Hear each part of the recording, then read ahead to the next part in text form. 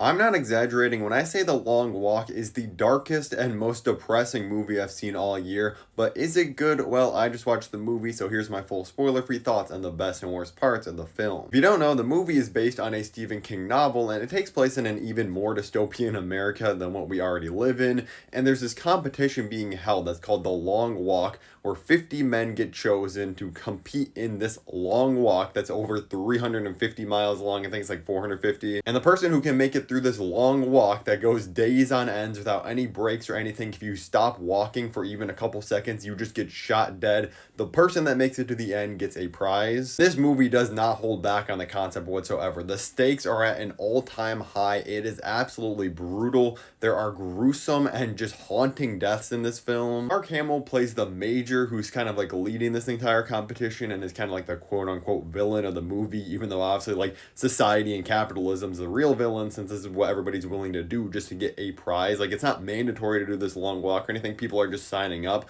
But Mark Hamill is absolutely incredible in his limited role in this movie. Not gonna lie, he's kind of doing his like animated Joker voice for a part of it, which is entertaining. The main two contestants we follow are played by Cooper Hoffman and David Johnson, and just seeing this entire contest through their eyes, the bond they're forming with these different people, only to be like, you never know who is gonna die, if they're gonna die, the people they're walking with. Like I said, it is an absolutely dark movie, but these two are incredible in it. I really think this is going to be a true breakout role for David Johnson. He was in Alien Romulus, which was a big movie last year, and Ryan Lane I did hear a lot of good things about. I've never seen it, but he is a relatively new actor, and this really allowed him to shine. Like, I'm super excited to see him in more projects going forward. His range in this movie and the emotion he shows was honestly just brilliant. By the way, drop me a follow on Letterboxd at Bet's Movies. Just by the nature of the concept of this film, it does get a little repetitive by the end, because again, you are just watching like these 50 people that start dwindling down, just walking for pretty much the entire runtime of the movie. That's all that's happening. So there are some really good character moments that kind of break things up, like the bond that forms between some of these contestants and learning why they all individually decided to sign up for this contest. Like, what is their motivating factor? That was really interesting. And I will say, even though this is not like a straight up horror movie, if you're someone that is not good with very intense films or very graphically violent movies, like the gore in this film is kind of crazy,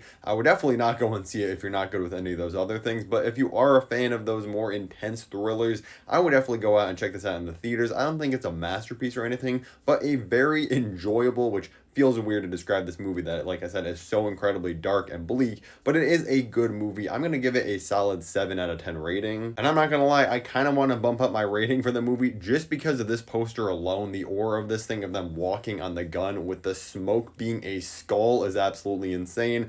But I definitely recommend this movie, a very solid film. If you want to see all my other movie reviews on the channel, make sure to click the playlist above me right now and let me know in the comments below your rating of the movie if you've seen it.